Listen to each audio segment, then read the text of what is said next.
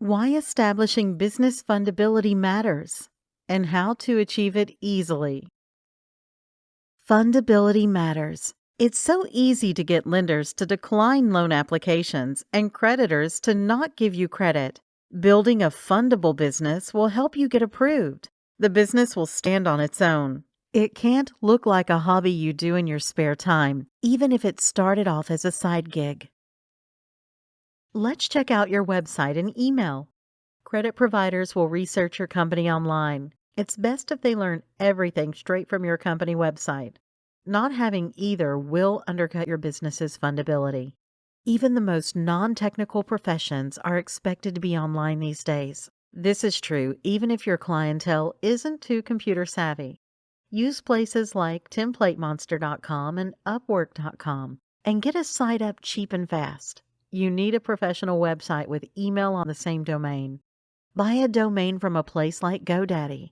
Your domain should be your business name if possible. If you can't get your business as your domain, get creative. Try using spelled out numbers for numerals or vice versa, or a catchphrase associated with your business, or something relating to your area and your business name. Long domain names are hard to remember, and you need to print them on places like business cards and menus, flyers and bookmarks, and other swag. A .com is best. .net and .us are decent substitutes. It's best to own all of those. Owning yoursite.com, yoursite.net, etc. isn't just a nice idea. It's vital if your company is ever the target of online smear campaigns or if there's a social media crisis. For that same reason, also get yoursitestinks.com, etc., plus earthier versions.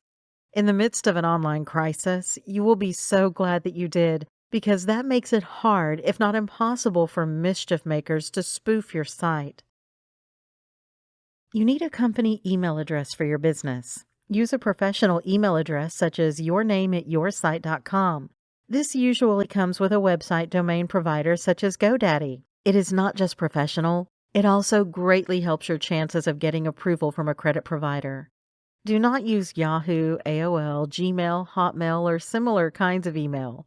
Something more generalized than a name is easier to scale. You can always give an admin address to an assistant to manage. You might not be able to do that with Jane Smith at your site. Don't get cute with names.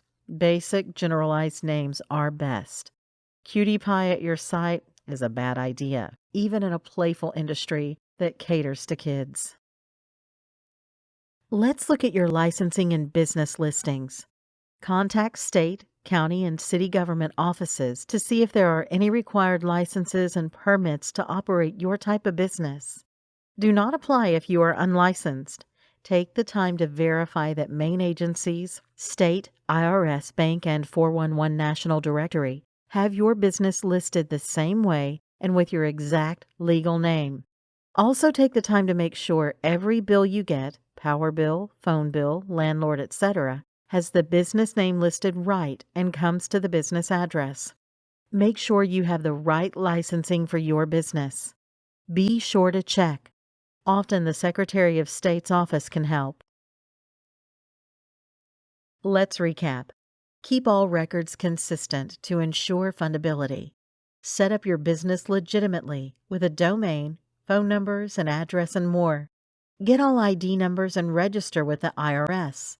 Choose a business entity. Corporations are best. Make sure you've got all the necessary licenses. Set up your business bank account for fundability. And get your personal credit house in order. Contact us today to learn more about why establishing business fundability matters and how to achieve it easily.